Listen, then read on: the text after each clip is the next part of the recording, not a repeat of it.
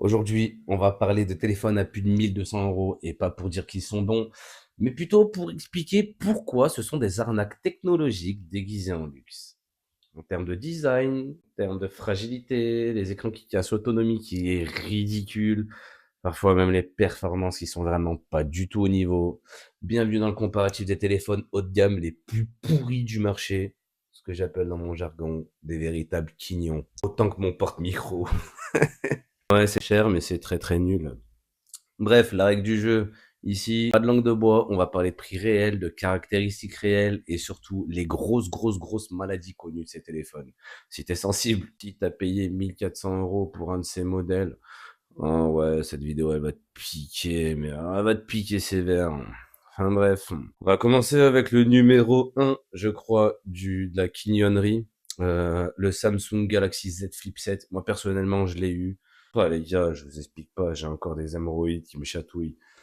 Bref, très compliqué.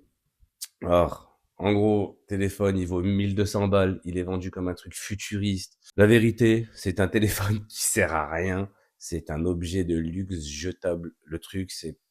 Ouais, enfin, je crois qu'il était fait en partenariat avec Durex. Tu dois connaître ce que c'est.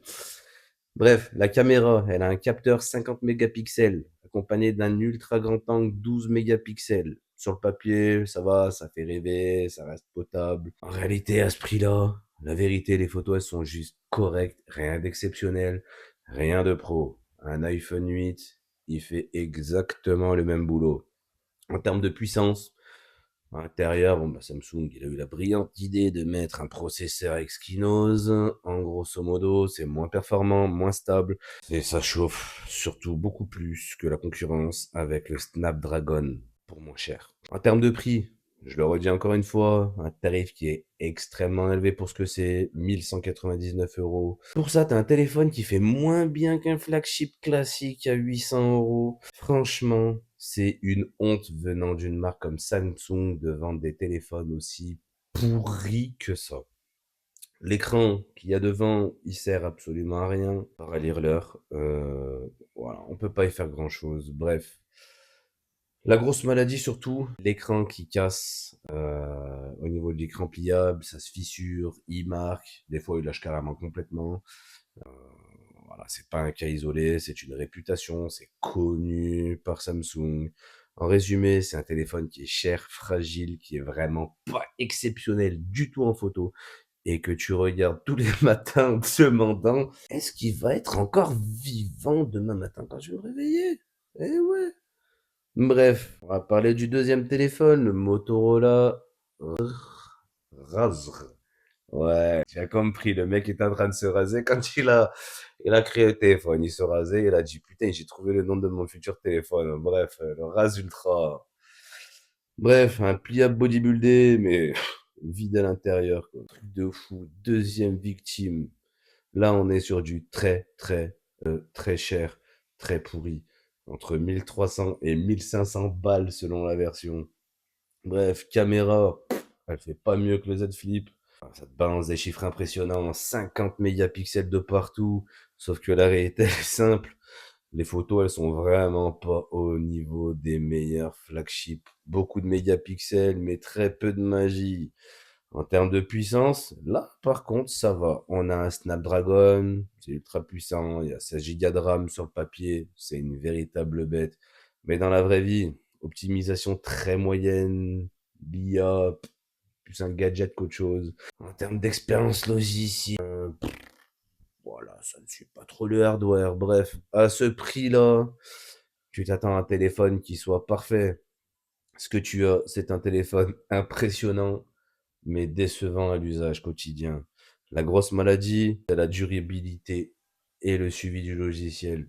Mises à jour qui sont pas toujours rassurantes. Appareil encombrant, une sensation permanente d'avoir payé trop cher pour un concept pas totalement maîtrisé. Encore une fois, un peu comme ma Barbie. Bref, on va parler du petit troll Sony Xperia 1V. Comment on dit en chiffres romains? 7. Un téléphone à 1 500 balles qui se croit encore en 2019. Et ouais, putain, il a oublié qu'on était en 2026, ce truc. Maintenant, le cas le plus incompréhensible. Il coûte entre 1 400 et 1 500 € et pourtant, Capteur de caméra 48 mégapixels, téléobjectif 12 mégapixels. Sony vend ça comme un téléphone pro. Résultat, photo souvent moins bonne que chez Apple, Samsung ou Google. Faut presque être photographe pour en tirer quelque chose. En termes de puissance, bon, processeur très puissant, aucun souci là-dessus. Sauf que ça chauffe énormément. L'autonomie, elle en prend un sacré coup. À ce prix-là, on attend une expérience irréprochable. Ce qu'on a, c'est un téléphone élitiste, pas grand public et franchement pas compétitif. La grosse maladie, le Xperia souffre d'un énorme problème. Ouais, il est cher pour ce qu'il propose. Recharge lente, photo vraiment pas exceptionnelle, une interface qui donne l'impression que Sony n'a jamais vraiment compris le marché. Bref, ma conclusion finale, alors, le Z Flip 7, fragile comme du verre à 1 200 € les gars, n'achetez pas, c'est de l'argent jeté à la poubelle. Bon, c'est pareil pour les deux autres. Impressionnant sur le papier, mais très décevant dans la vraie vie pour le Razer Ultra. Et pour le Xperia, hors de prix, hors du temps. De toute façon, Sony, ils sont pas faits pour les téléphones. Bref, des téléphones chers, vendus comme premium, mais qui cumulent des défauts qu'on n'accepterait même pas sur un modèle à 600 €. Bref, dis-moi en commentaire quel téléphone le plus cher t'a déçu, lequel tu regrettes d'avoir acheté. Et si tu veux un épisode 2, j'ai encore une très très longue liste. Si t'as aimé le contenu, n'oublie pas, mets un petit like, abonne-toi, ça fait toujours plaisir. Aide la chaîne à pouvoir vivre. Allez, bisous.